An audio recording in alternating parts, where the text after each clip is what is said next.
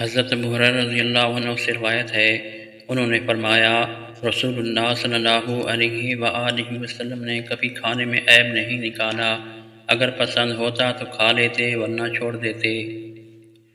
حضرت انس رضی اللہ عنہ سے روایت ہے، رسول اللہ صلی اللہ علیہ وآلہ وسلم نے فرمایا، جس کو یہ بات پسند ہو کہ اللہ تعالیٰ عز و جل اس کے گھر میں زیادہ برکت دے، اسے چاہیے کہ جب کھانا پیش کیا جائے اور جب فارغ ہونے کے بعد کھانا اٹھایا جائے تو وضو کرے۔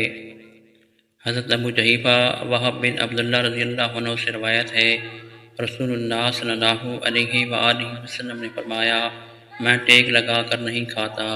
حضرت عبداللہ بن بصر رضی اللہ عنہ سے روایت ہے، انہوں نے فرمایا، میں نے ایک بکری نبی صلی اللہ علیہ وآلہ وسلم کی خدمت میں ہدیے کے طور پر پیش کی۔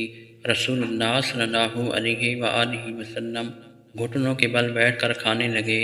ایک اعرابی نے تعجب سے کہا، بیٹھنے کا یہ کیسا انداز ہے؟ آپ صلی اللہ علیہ وآلہ وسلم نے فرمایا، اللہ تعالیٰ عز و جل نے مجھے شریف بندہ بنایا ہے، متکبر اور سرکش نہیں بنایا۔